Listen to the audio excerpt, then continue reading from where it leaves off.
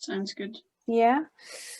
Okay, so thank you so much to everybody who has registered and has joined this webinar. We're delighted to have Rob Laidlaw joining us. Rob has significant experience in captive animal welfare. He spent more than 40 years working to protect animal interests and well-being of animals in Canada and also throughout the rest of the world. He's a chartered biologist and founder of the wildlife protection organisation Zoocheck, and also a winner of the prestigious Frederic A. McGrand Lifetime Achievement Award for sustainable contributions to animal welfare in Canada. Rob is also a multi-award winning author of 10 children's books about animal welfare and wildlife protection, as well as numerous articles, reports, book chapters, and other materials. And he has spoken to hundreds of audiences of all ages throughout the world, appearing on a broad range of media stories and documentary films. So he has significant experience in the world of captive animal welfare, and we're really excited to use the next hour to interview Rob and ask him some juicy questions, I think, that we've come up with on captive animal welfare and his thoughts. You'll also have an opportunity to ask your own questions in the Q&A, and we'll be monitoring those and getting to as many of them as possible. If you have any admin questions, please just write those in the chat, and the team who are showing up now will be monitoring that. And also just to let you know that we are recording this presentation, so this webinar, sorry, so it will be available to you at a later date as well. Right, Rob, I think if you and I stay on video and the others leave for now, we will get going. Thank you so much to begin with for agreeing to speak with us and to me, and we're really excited about this, and I'm sure it will be a really illuminating webinar. I'd like to start by, first of all, getting a sense of how you got into this industry, and particularly your interest and focus on captive wildlife and zoos. Was it always a passion of yours, or was there a particular episode or issue that got you started? Actually, it's something that had its genesis at a time I don't even remember, because ever since I was a very young child, I had this very intense empathy for and interest in animals. So even in public school, I was the kid who had read every book on animals, every book on conservation, every book on the environment that was available in the library. And at that time, it was a little bit more limited than today. I think it would be a real challenge to try to do that today. But I used to, in public school, keep a list, and I tried to read one book every week. I still keep a list today as an adult. I try to read 3 books a week. And, you know, I've always considered sort of self-learning as a very important facet of my life. Well, as I got older, I was thinking, well, I would like this interest to manifest itself in my real life, like in my career or in the things that I do, if it's not a career. And I sort of thought about it for a long time. And then in 1981, went and saw a showing of a film called The Animals Film. And it was a 2-hour and 20-minute documentary about what humans do to animals. And it was quite shocking. You know, today, a lot of that imagery is on the internet and available to anybody in about 3 minutes, you know, if they search Google. But back then, a lot of this nobody had seen before, and people were crying and leaving the theater and all of that. But I toughed it out. And at the end, there was a call to action. And I said, right after I left that theater, I got to do something. I can't just know about these things. I have to do something. So I started looking around, and I got involved in investigations onto the kill floors of slaughterhouses, into factory farms, laboratory research.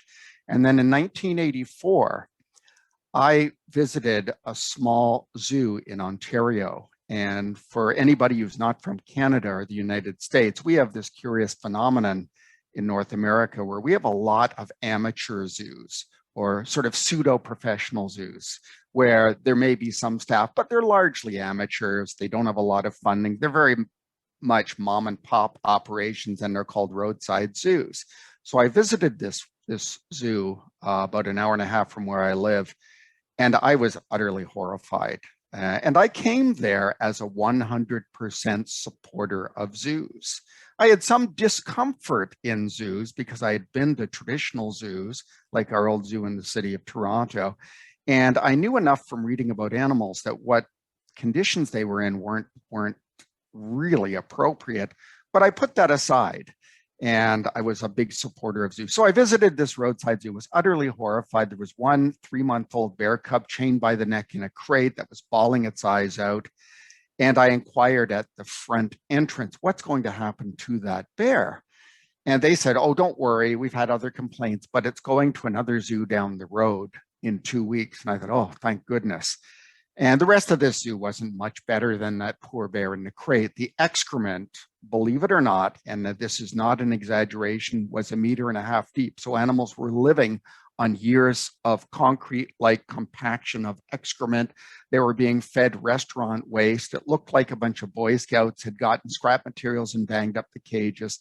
But this bear really resonated with me because it seemed to be the one that was in the most immediate distress. So I visited that other zoo on the way home, thinking, oh, good, I'll have a look because I'm going right by there. And it was worse. So that led me to start to investigate. I found out there were no laws in Ontario, that nobody knew how many zoos were out there. Nobody knew how many exotic pets were out there. Nobody knew what conditions they were in. It was basically a vacuum of knowledge. And I joined the Provincial Humane Society Wildlife Committee because I was told you should join that committee because they are interested in this issue. And I found out after I joined the committee that in the previous year, all they had done is write one letter to a politician that remained unanswered. And I went to the CEO of the society and said, well, that sucks. That's not good enough for me. That's not going to change anything. And he said, well, if anybody's going to change it, it's going to have to be you. And I said, okay, I'll do it. And naively, I thought it would be an 18-month process. Now here I am 38 years later. And, there's a lot that I'm missing out, but that was sort of the genesis of it. And since that time, quite to my own surprise, I formed an organization. I actually formed several organizations prior to that, but then formed Zoocheck in 1984. It was just me and one guy with a camera because nobody else had a camera. And we went around the province documenting conditions and providing commentary. And then we had a bill introduced a few years later. And that sort of was a springboard for starting the organization. And since that time, we've been involved in hundreds of political initiatives across the country at every level of government. We funded projects around the world. We've done a lot of things that never in my wildest dreams would I have ever expected when I first visited that zoo. And my evolution with regard to thinking about zoos was, as I mentioned, 100% supporter when I started. As I became exposed to more and more zoos, I started to believe there were good zoos and bad zoos. Then I started to believe there were bad zoos and better zoos. And today, and I know it's going to rub some people the wrong way, or it may be seen as controversial, but today where I'm at is I think that the traditional concept of zoos, the menagerie style zoos that is largely based, in my view, on entertainment, should be a thing of the past. And I think most zoos today should be gone. And you see that echoed in the commentary provided by other people like David Hancock, both inside and outside the industry. I would characterize myself not as an ideologue because I'm constantly challenging myself saying, is what I'm thinking right? Is there evidence for it? So I am not an ideologue. I would call myself, when it comes to wildlife in captivity, a radical reformist. Right. I think there needs to be extreme reform in all wildlife in captivity industries, including to a certain extent in sanctuaries.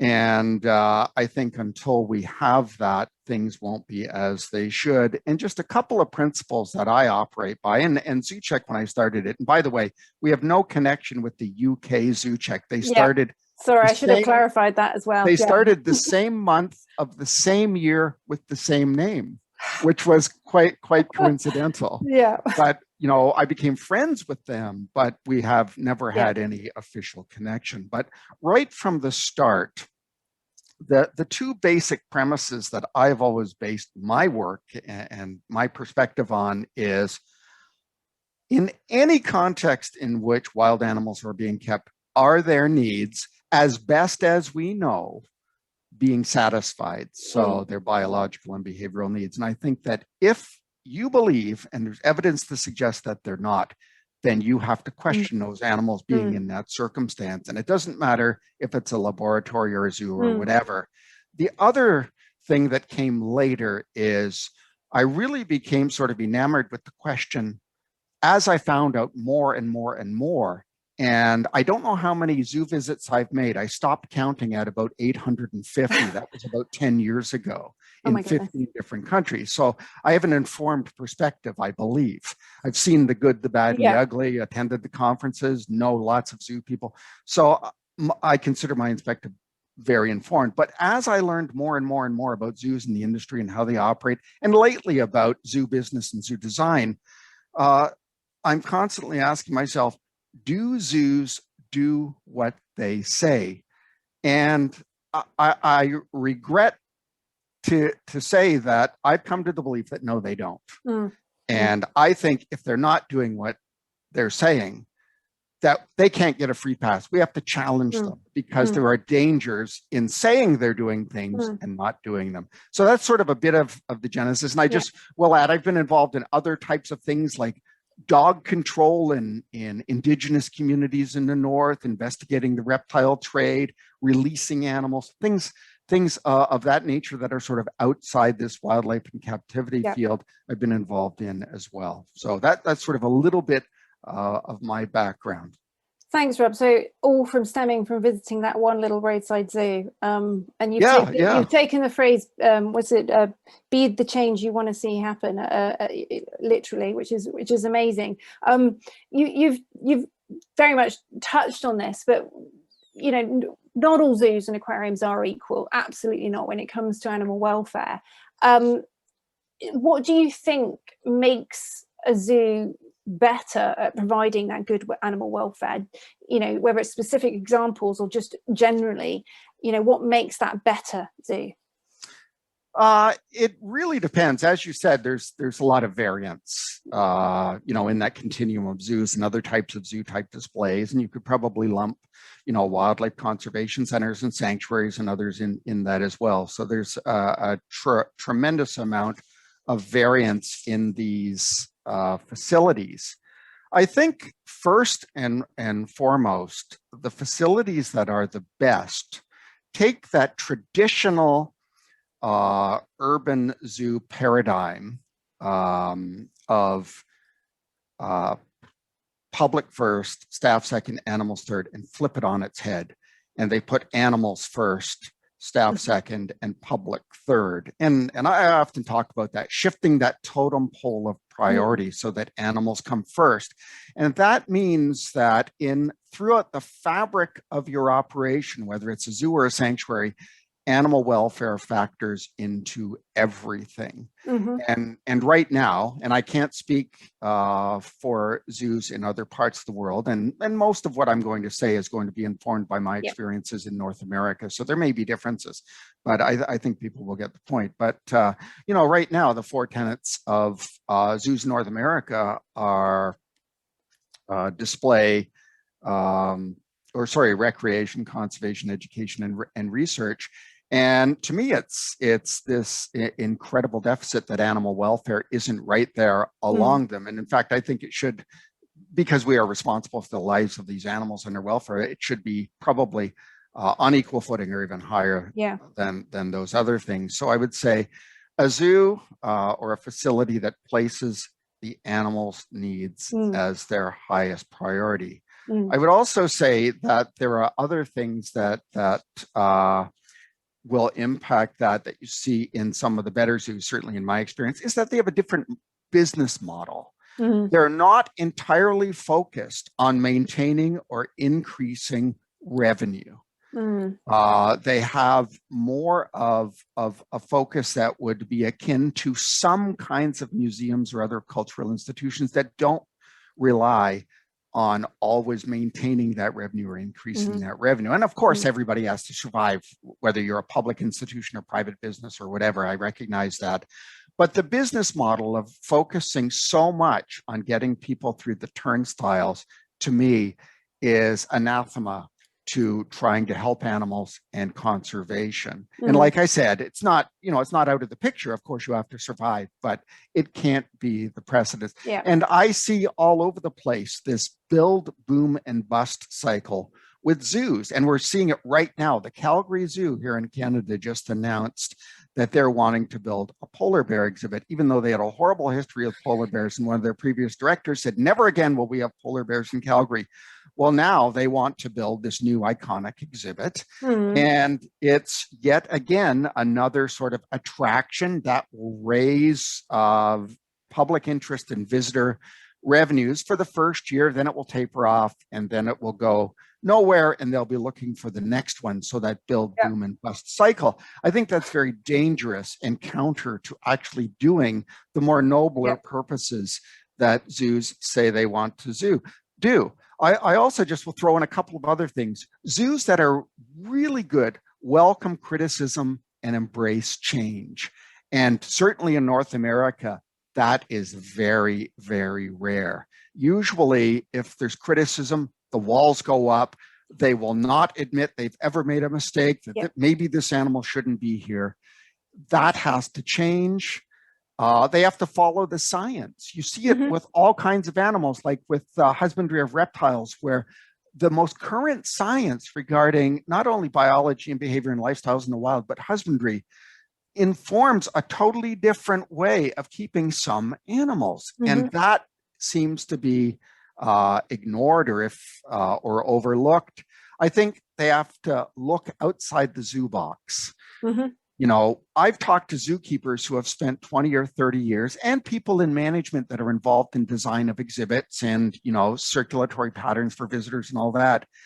And they'll say, yeah, I've been to like 7 zoos. And I'm thinking, how can you be in this business and not know what the world of zoos is really like, the good, the bad, and the ugly, and what everybody else is doing? So I think, people have to step outside their comfort zone in the box.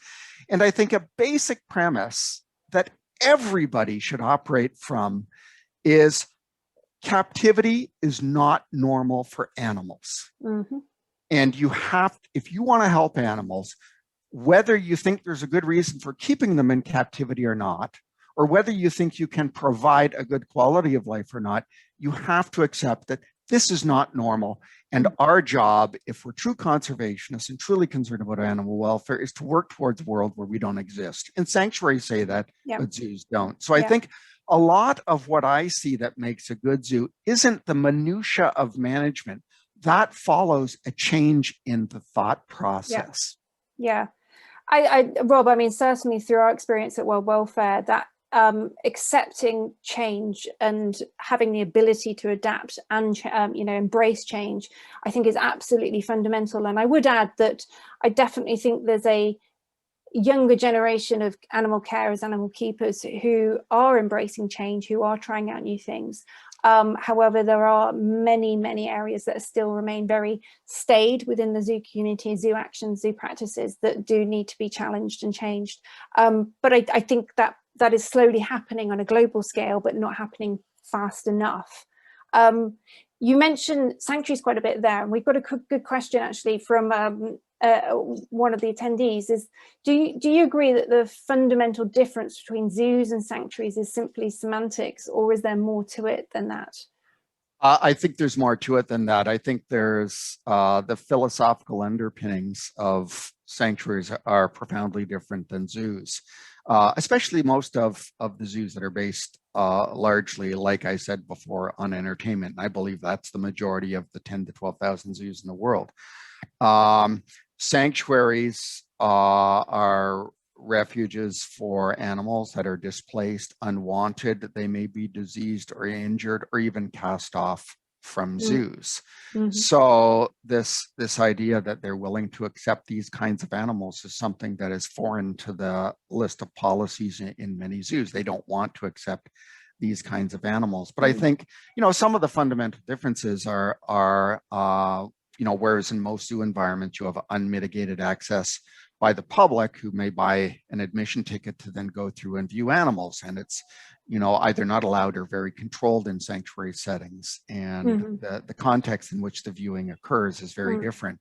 The fact that sanctuaries don't want to breed because they recognize that there's already a surplus of most of the animals in captivity, there's already a surplus. And certainly here in North America, we see that to a degree that isn't probably common in the majority of the world. We have thousands of tigers kept as pets. We have jaguars, we have lions, we have, all these creatures that are in zoos that are already out there in droves in all kinds of settings. So sanctuaries don't want to contribute to that in any way, shape, or form, so they don't breed. There are other kinds of differences. Most sanctuaries commit to lifetime care for animals. So it's not like they're going to acquire an animal and then because an SSP committee says, well, this animal is endangered and it's in this captive population, let's move it elsewhere. They don't do that. So I think, sure, it's captivity, but there are profound differences in the way they approach that captivity. And I would say in the best sanctuaries, there are also profound differences in the actual husbandry. And probably the most obvious one, certainly for large animals, is space. And when you look at, do that comparative analysis of space in urban zoos or even drive through safari parks versus the best sanctuaries with large animals, usually the zoos are coming up, to be far short of what the sanctuary is providing. So I think, they're both captivity, but they are very different. And that's not a commentary on their worth. I'm just trying to outline some of the differences as I have seen them. I mean, you mentioned the best sanctuaries. So obviously, just like zoos, all sanctuaries are not equal, obviously, and there are very poor sanctuaries or facilities that label themselves as sanctuaries as well. So I think there is a disparity, but I would wholeheartedly agree with your, what you say about the difference between them. Just jumping to a slightly different piece of your work, I just wanted to sort of get a bit of an understanding or an example, a case study, I guess, of a particular animal or issue that you've worked on that might have had a real lasting impact on you, and if so, can you tell us what it was and why? It's really hard to say because I don't have an emotional reaction to any of this stuff. So, I know many people will go in and there's something that has resonated with them to the core of their being and they never forget it. I'm not like that. I just sort of have a more utilitarian or pragmatic approach where it's like, okay, there's a problem. Can I do anything about it? But, that's not to say that I don't have things that are memorable. And after all these years, they're legion. But there have been a few things. I think the first campaign in trying to deal with the roadside zoo problem here in my home province of Ontario was a pivotal aspect of this work because it familiarized me with the political side of trying to help animals. And I find that very few people, even in the advocacy movement, really approach the political arena in the right way when they're dealing with issues. And much of what applies in the political arena also can apply on an institutional basis or in an industry or whatever. There's a lot of crossover in terms of how you approach things. But dealing with roadside zoos in Ontario was a real learning experience on how do things work? Why are these things allowed to happen? Why do politicians and bureaucrats seemingly ignore things? Why don't they enforce laws? Why don't they care? And, I would say I'm still learning today, all these years later, and I desperately seek out better ways of doing things, and I have no ego. If there was an 8-year-old that had conducted a campaign that lived 2 doors up from me and was successful, I'd go knock on his door and say, "Hey, 8-year-old, inform me, help me." Uh, so I'm still learning, but Yeah, that first roadside zoo experience, and then yeah, another one was we were trying to fight Garden Brothers Circus and Ringling Brothers and Barnum and Bailey Circus in the city of Toronto in the early 1990s, and we waged what I think was a pretty comprehensive and I think flawless campaign yeah, against those two entities. Garden Brothers was the largest circus in Canada and used wild animals, and Ringling Brothers was obviously the largest independent circus in the world. yeah, And we won, and we were the first city that we know of in the world who banned those animals on humanitarian grounds.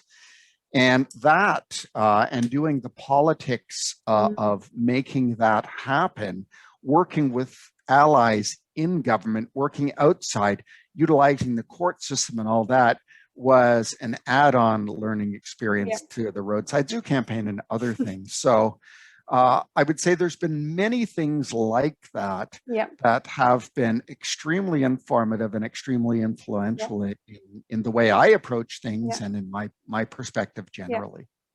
Thanks, Robin. I want to actually ask you very briefly in a second about education, which is obviously something you're very passionate about, and obviously that transpires to attitude change. But we've got a quick question from somebody in Japan, which is about a specific species, actually, and quite an interesting question. What do you think about the fact that Japanese people keep many captive dolphins in aquariums?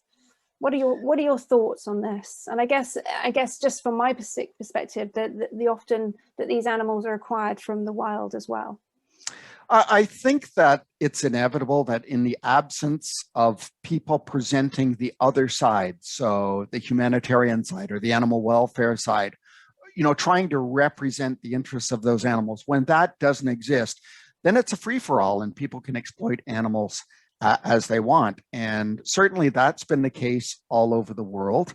And as the modern humane movement has taken hold, we've seen, progress being made in terms of public perceptions, availability of information, changes in laws, regulations, and policies, all of those things. That hasn't happened yet in Japan. So I think that once there is a more organized approach to getting information out there and presenting a different perspective, I think it will take hold.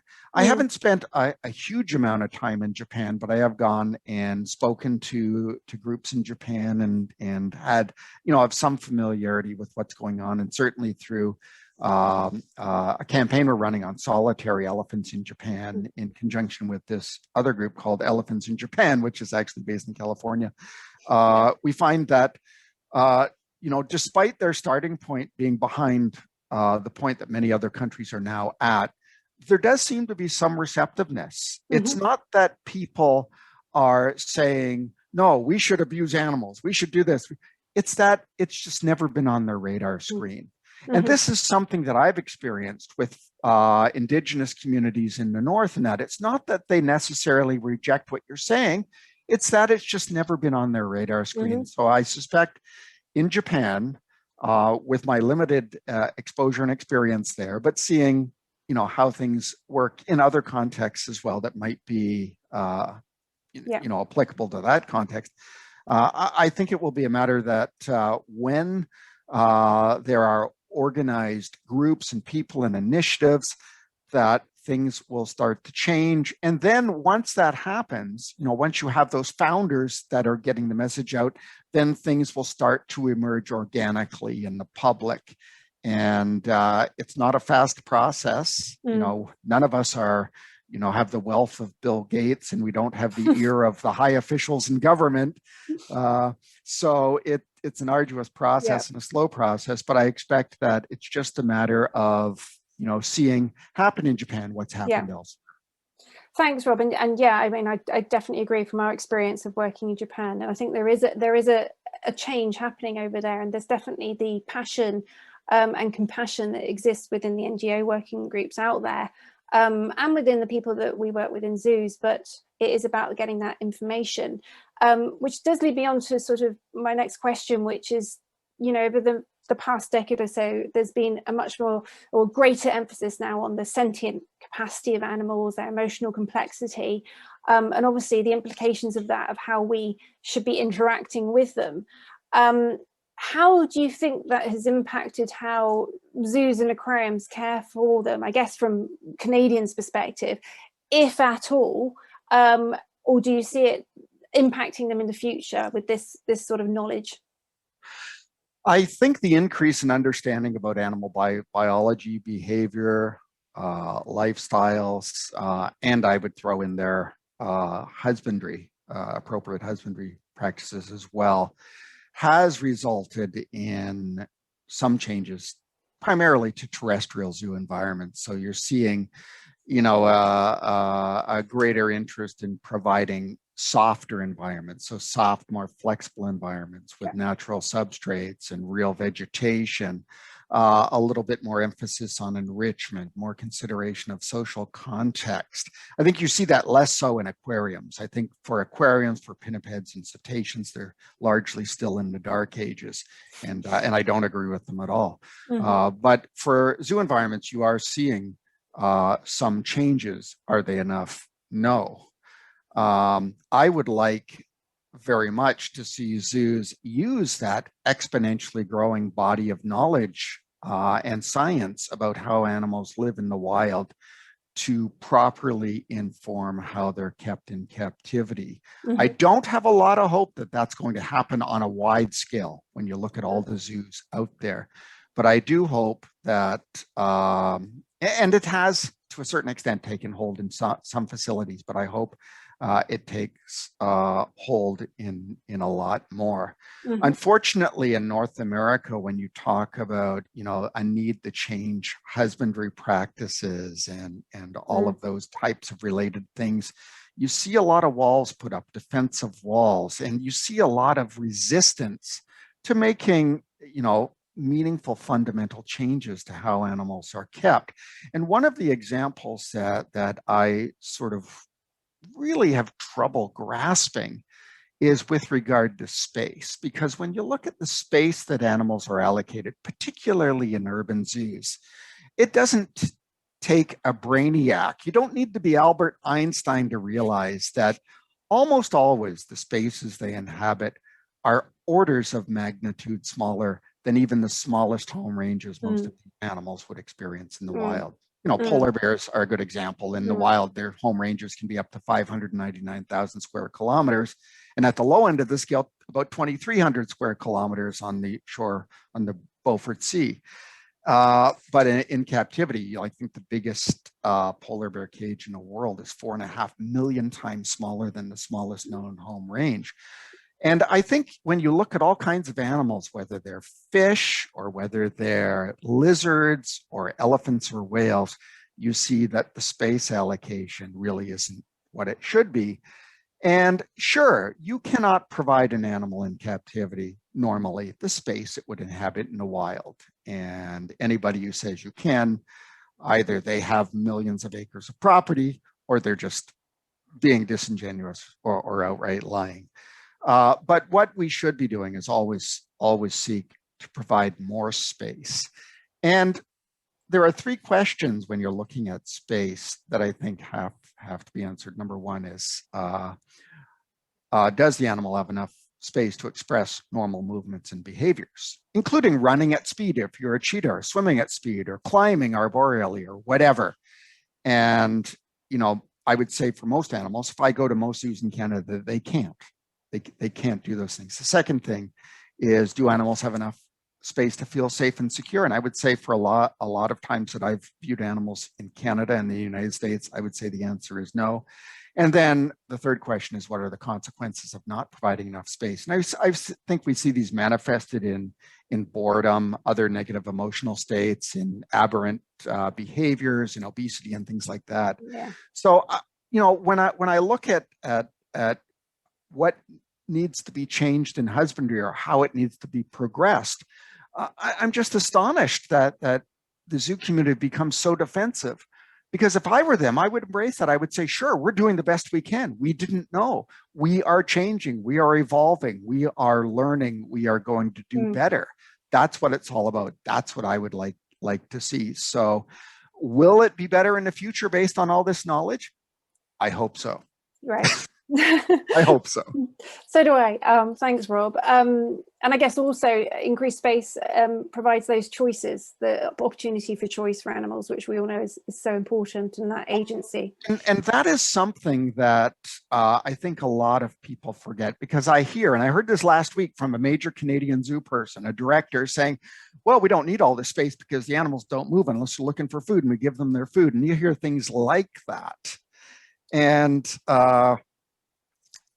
I think there's a lot of rationalization that goes on with regard to many aspects of husbandry. And like I've said, I think all of us who are concerned, no matter where we're from, we always have to constantly rethink and reevaluate and challenge ourselves. So there needs to be a bit more of that. It's interesting you bring up rationalization, because this brings us on to a good question from one of the audience, which is, how do you view the relationship between animal welfare and conservation in zoos? Do you think they're compatible, or do you think they are at odds?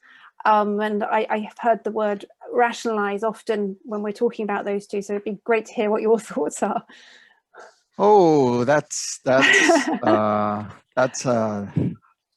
much longer than half an hour question. It's a good question. How do I view the relationship between conservation and animal welfare? I would say, I think it's tenuous. and I should say that I don't think, and I know some people may not like this, but I don't think most zoos are conservation institutions. I think they are entertainment institutions or cultural institutions that engage in some conservation work at times, although in my experience, certainly in North America, most zoos don't do anything for conservation, even though they say they do. So, I think it is a bit of a tenuous relationship between animal welfare and conservation.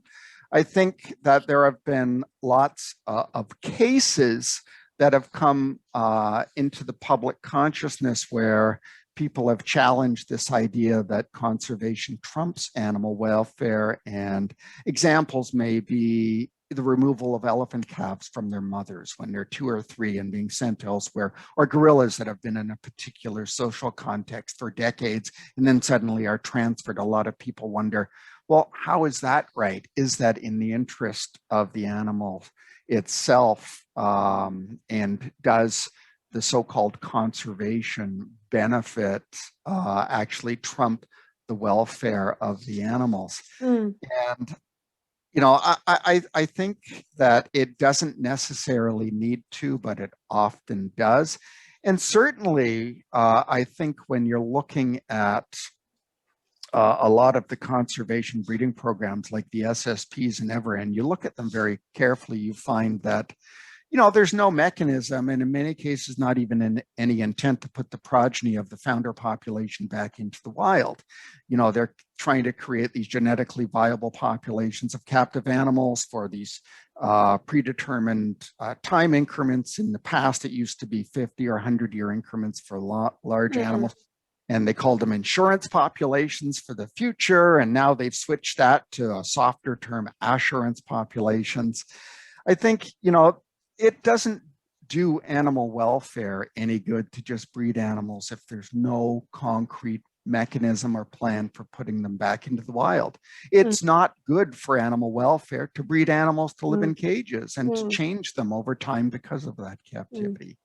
And then even when you look at animals that are so-called valuable animals in captivity, you see a lot of very poor welfare. You go out to the Toronto Zoo where I live, which is the largest by footprint urban zoo in the country and a flagship zoo in Canada, and the conditions are awful for the gorillas. You go out, go to the Memphis Zoo, and you see the pandas that they have there on permanent display, stereotyping and banging their heads against the doors and things like that.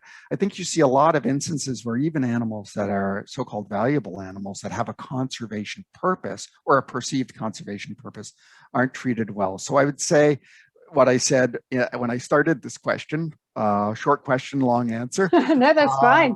That animal welfare and conservation, I think it's a very tenuous connection at present, but it doesn't need to be. I'm a believer in compassionate conservation. I think you have to factor in the interests and needs of the individual animals and not just look on a meta level at population. I'm guessing you're not a fan of the term ambassador species then. Well, we don't treat our ambassadors by putting them in jail. We put them in really nice places. So. Right.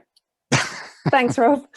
We've got some great questions coming in still. So I want to take one of these from the Q&A.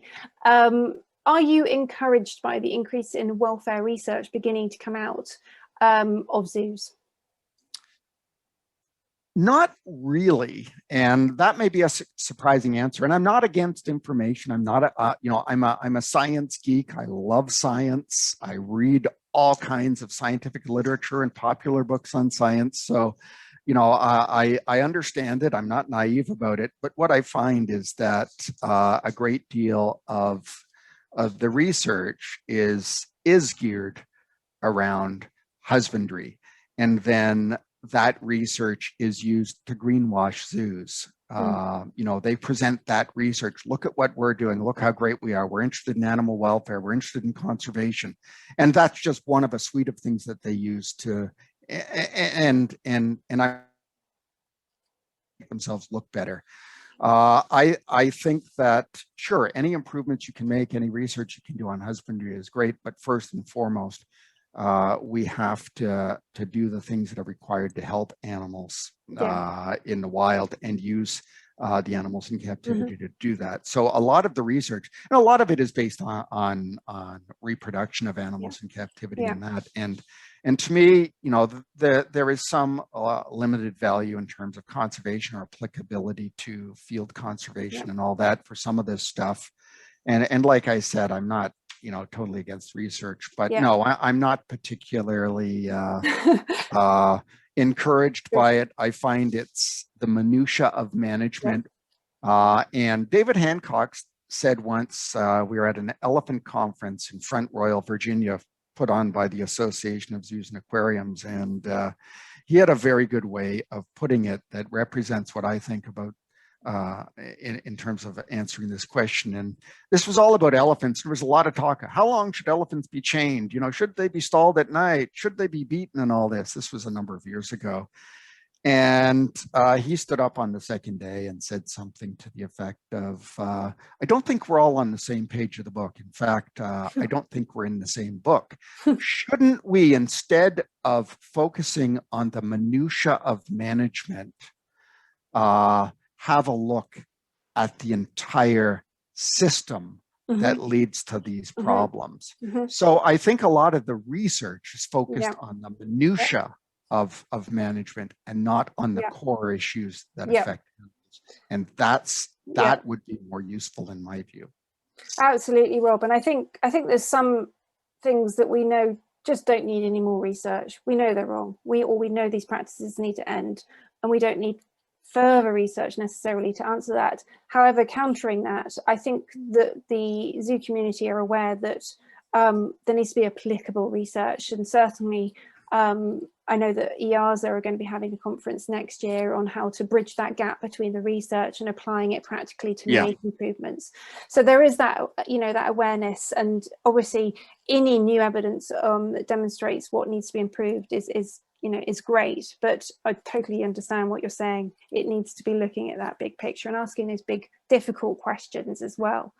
Yeah, and I think I should point out that part of my job as an advocate is to try to pose difficult questions and to challenge things. And in fact, a number of people in the industry, because I have a lot of friends in the industry, they see value in that. They see value in informed perspectives from outside coming in and saying, hey, you got to rethink this. You're doing this wrong. You guys are idiots, or whatever you say. and I think that's important in Yeah. every endeavor, whether Yeah. it's business or charitable or Yeah. anything, that we always have to be challenged. And Yeah. that way we're going to improve. And if we're not challenged and if we're complacent and Yeah. just do things because that's the way they've always been done and we're not open to new ideas and new thoughts, then Yeah. you stagnate. Yeah, absolutely. I'm aware of the time, so I'm going to get on to this other question from Jen Young. So according to your experience, if changes are to happen, from which sector will it bring a more powerful driver? Citizens, government, experts, NGOs, or from within the zoo establishment themselves? I would say all are important, but putting on my political advocacy hat, I would say from citizens. Because when you're looking at the political aspects of these issues, and it could be any wildlife issue, it can be, poisoning of wolves in Canada or zoo issues or elephant culling or whatever. Ultimately, the bigger solutions are coming from the political arena. Mm-hmm. And that political arena is responsive to the people.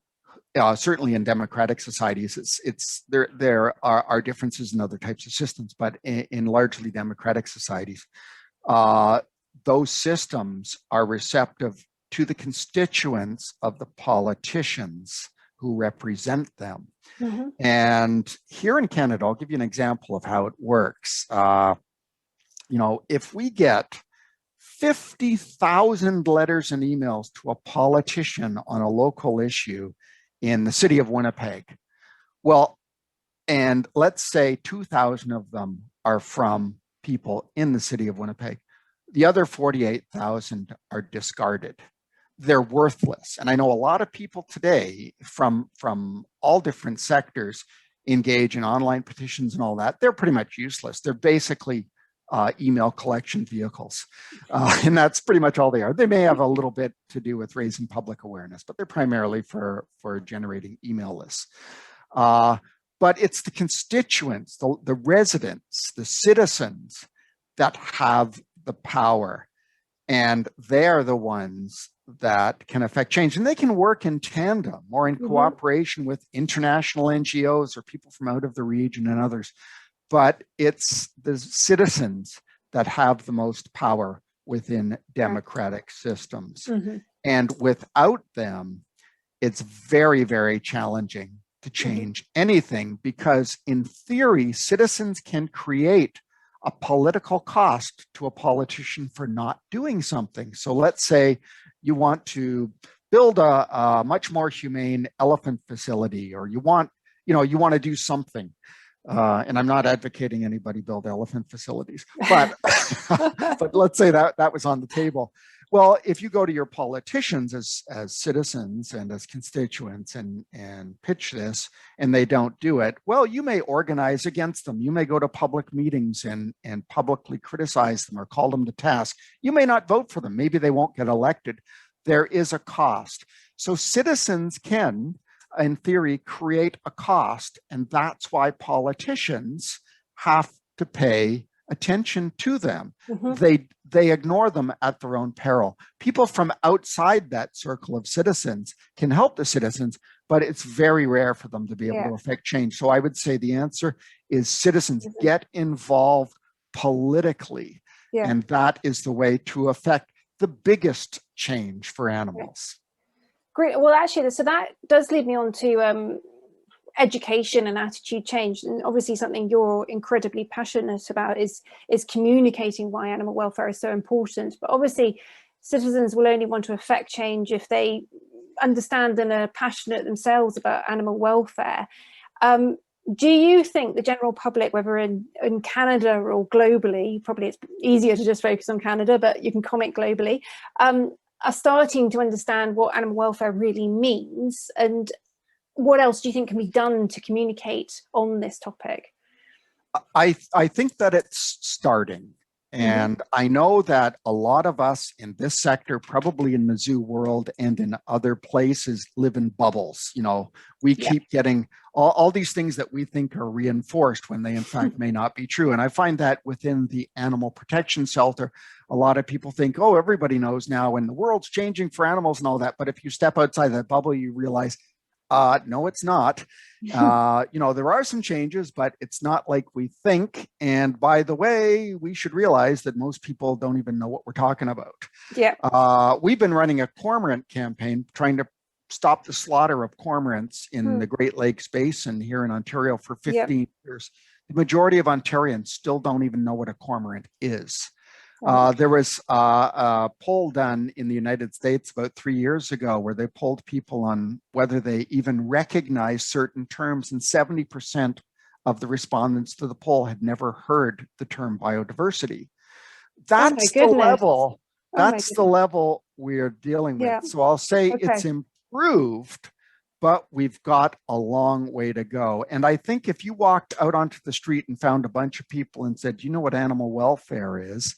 and they said yes, and you said, "Can you articulate that for me?" they wouldn't be able to. They don't really, like, they have sort of an inkling inside what it is. Well, they should be able to, act normal or do things, but beyond that, they can't really express it. And I find that, in the animal movement, whether I'm talking to people working on factory farm issues or whatever, well, what's wrong with their welfare? Why is that welfare? They can't tell you. So I think there's a long way to go.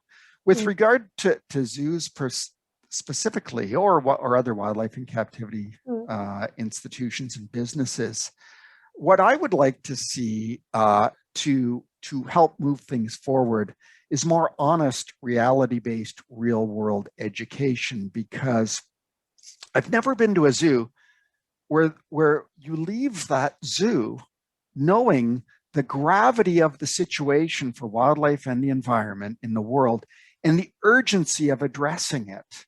That doesn't seem to be there, because the messages that I see, certainly on graphics, but manifested in other aspects of zoo operations, and I'm speaking from my North American experience here.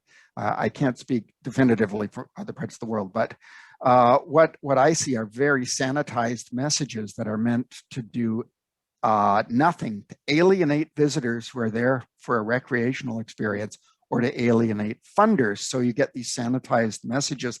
And it was really interesting because one of our major national newspapers, there was a columnist that did an article about the Toronto Zoo a number of years ago. And he said he was looking for conservation information and trying to understand what's going on in the world. And he said all he saw, and I love the way he put it, and this is as someone who's not immersed in these issues, he said what he saw was vague whimperings about endangered species in far off places. And there were no connections. He didn't learn about issues. He didn't learn about, how does he get involved locally or regionally? All those things that I think are important. And I actually read an article, it was by a zoo person just last week, where they were saying, look, we've got to, we, the zoo industry, have to put our foot down and get serious about letting people know what's going on, because what we're doing now doesn't cut it. We need to utilize everything that we have in our resource toolbox to reach the public, to give them real messages, and to get them involved, because we're not doing that now, just sort of hoping that people come through and they're inspired or they make a connection and hopefully they'll go home. And the messages they get are recycle your telephone, or, the Winnipeg Zoo and their polar bear exhibit had wash your clothes in cold water and drive less. Like, yeah, that's great, but that's not going to solve this, immediate biodiversity crisis and the plight of so many animals around the world. We need to get serious with what we're telling people. And if we don't, we might as well say goodbye to all the animals. Well, the emphasis is on the key to that is crisis. It is a crisis. And exactly. We're not treating it same as climate change, obviously, they're heavily interlinked. We're not treating it like the crisis it is.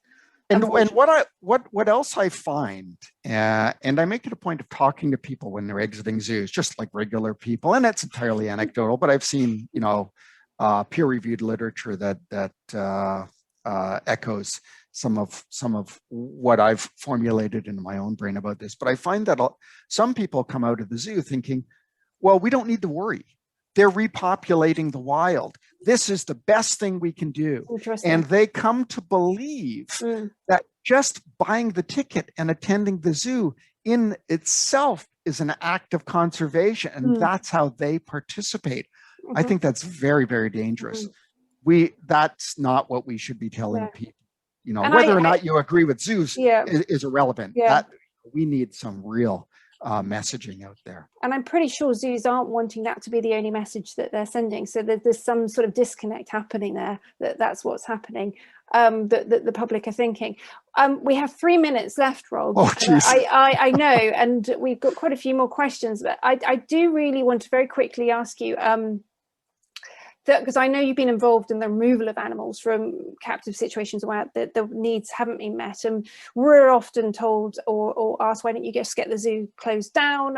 You know, it's not as simple as that. There aren't necessarily sanctuaries that can take these animals. Can you tell us just a little bit more about those rescues of the rehoming case and what the lessons learned from it that you took from it? Yeah, I think you hit on a major bone of contention in this whole discussion right now. There are so many people there, largely people who are well-meaning but uninformed. And you know, whenever you talk about any issue of wild animals in captivity, it doesn't matter a zoo or a pseudo sanctuary or an exotic pet. They say, "Well, close it and send them to sanctuaries."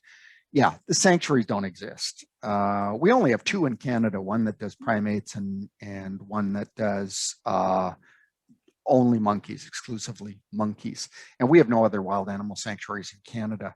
And there are not that many in the US. The sad reality is there's nowhere for these animals to go. So we have to look at either reform, or if it's really bad, just accept that some hard decisions have to be made, and perhaps that some animals, rather than spending their life in misery, have to be euthanized. But no, I totally forgot your question. It's sort of lessons learned, I think, from the experiences you've had where you have been able to move animals out. I do think moving animals, rescuing them, does have a place, but it's not the answer to the big problem. But certainly it is the answer for some. And we've been involved in moving animals. We've rescued monkeys. There was one monkey named Eugene who spent 26 years alone. He was a Japanese macaque in a windowless room in a pet store in Quebec, and had never seen a monkey since he was 1 year old. And people had tried to get him out for years. So we got him out in 3 weeks, and he was sent to a sanctuary and did very well. Sometimes it's that easy. Other times it's exceptionally challenging and technical. We waged a campaign, one of the most political we've ever waged, to get the Toronto elephants out of the Toronto Zoo. They were going to close the exhibit and wanted to send them to another zoo. And we offered up an option saying that, look, we work with a lot of sanctuaries. We'll find one that will take the elephants. And that began a 3-year political battle. That was, it's a whole book of discussion in that. Well, we eventually ended up getting control of the elephants, and we transferred them down to California. But you know, it was several $100,000. We had to put together teams of people. We had cranes and flatbed trucks. We had all kinds of facets of the movement that required a great deal of money, a great deal of people, and a tremendous amount of expertise. Of at any point that could have all fallen apart. And I drove down with the elephants, and we did things like we just missed the snowstorm going across Wyoming in the middle of the night, and there were things like that could have been tremendously difficult challenges that could have resulted in deaths of elephants. But some of them are simple, some of them are highly technical. Zoos generally oppose them. When we were moving the elephants, the zoo people said, and the Elephant Managers Association and others all came out against it. They said the sanctuary that had 600 times more space provided with pasture, the largest elephant house in the United States, all of this fantastic place.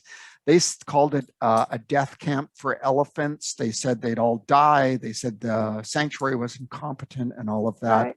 That's unfortunate. I think zoos should not see sanctuaries as enemies, but as allies. So well, it varies.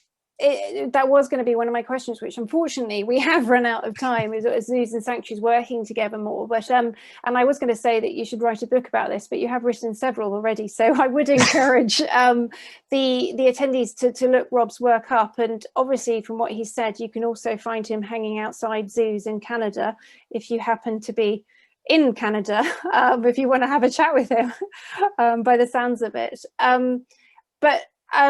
There's quite a few more questions which unfortunately we just don't have the time to get to, Rob. It's been really fascinating, and I felt like I knew you reasonably well before this, but I didn't. I now have found out lots of new things about you, particularly how you started and where your passion comes from. That's fascinating, and some really amazing insight into your work, and obviously what the future for captive wildlife, whether it's in zoos or sanctuaries, could and should look like. So thank you so much for your time. Well, thank you for letting me speak today. No, it's been fantastic. And I think Simon has said that this has been recorded, so we will be making it available as well. So without further ado, I think, unless anybody else has anything they want to say from the panel. No, I think that covers everything. Thank you. Thanks so much, Rob. It was fascinating, and we could talk for hours, I think, on this. Definitely. Oh yeah, it's days or weeks of discussion. I know. I think the last question we had to compress into about 3 minutes, and that should have been an hour's discussion in itself. But thank you so much. I really appreciate it, and thank you everybody to attending. And yeah, bye until the next one. Thanks for your time, Rob. Okay, thank you. Thanks, All Rob. right. Bye. Thanks. Bye.